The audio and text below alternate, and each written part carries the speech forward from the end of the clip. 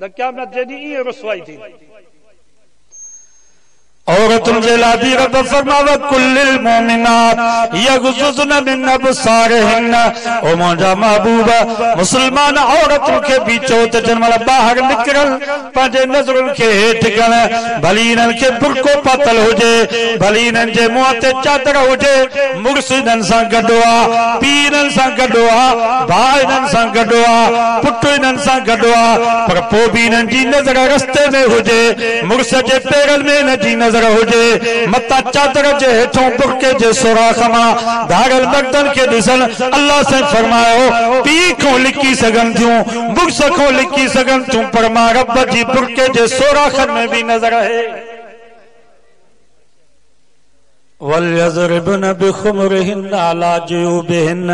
हिकिड़ो पर्दो औरत के पी को भी करिणो आहे, भाउ को भाटे भाणेजी को चाचे ऐं मामे को भी करिणो आहे। क़ुरान तो फरमा औरत के पी जी आॾो, भाउ जी आॾो, भाटे ऐं भाणेजे जे आॾो, चाचे ऐं मामे जी आॾो मथो उघाड़ो करण जी इजाज़त न आहे, सीने तां पोती परे करण जी इजाज़त न आहे।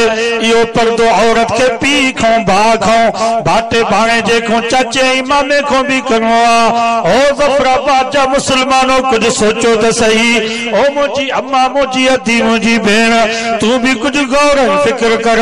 जॾहिं तोखे पी जी आॾो, भाउ जी आॾो, भाटे ऐं भाणेजे जे आॾो, चाचे ऐं मामे जी आॾो मथो उघाड़ो करण जी इजाज़त न आहे, सीने तां पोती परे करण जी इजाज़त न आहे, त पोइ सौठ मासा त मारो टप फाट गैर मर्द जी आॾो मथो उघाड़ो करे घुमण जी तोखे कंहिं इजाज़त ॾिनी आहे?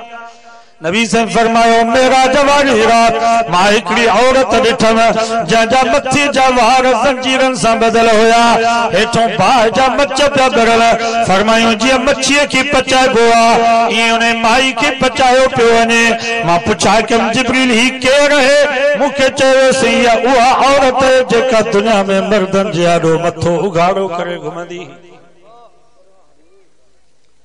मथे जा वार नंगाई में शामिल थव। उलमा खां पुछी ॾिसो, असांजे फतावा जे किताबनि में लिखियो पियो आहे औरत जो मथे जो वार कंगी ॾियण जे करे, फणी ॾियण जे करे, जेकर उन जे मथे खां जुदा थियो आहे इन वार खे बि को मर्द नथो ॾिसी सघे।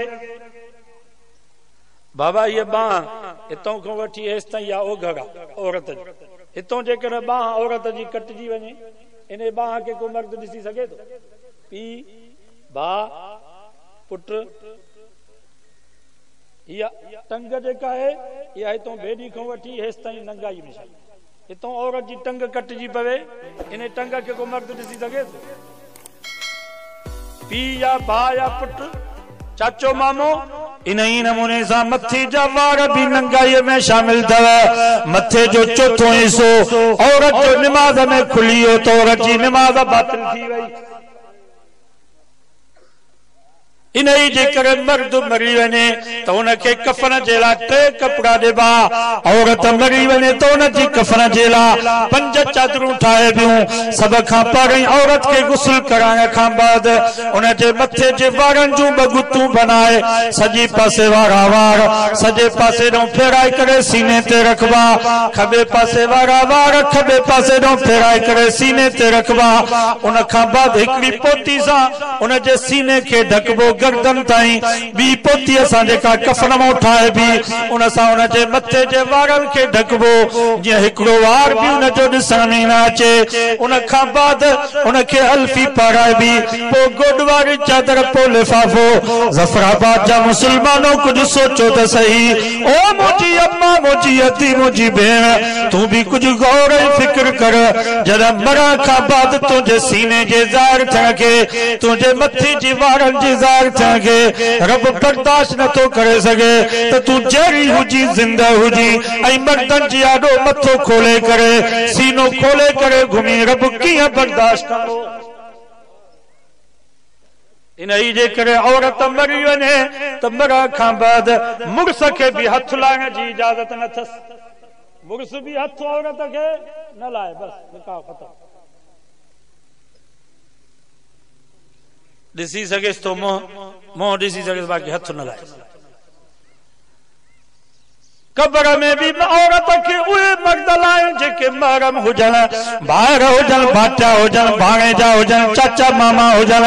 जल मर्दन सां औरत जो निकाह थी सके तो मरण खां बाद उन्हनि जो हथ औरत जे जिस्म ते रब बर्दाश्त नथो करे।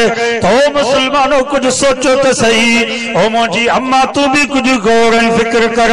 जॾहिं मरण खां बाद तुंहिंजे जिस्म ते धागे मर्द जो हथ रब बर्दाश्त नथो करे त तू जरी हुजी जिंदा हुजी ऐं धारल मर्दन सां हथो हथ सां मिलाए करे कचहरी करे रब कीअं बर्दाश्त कंदो।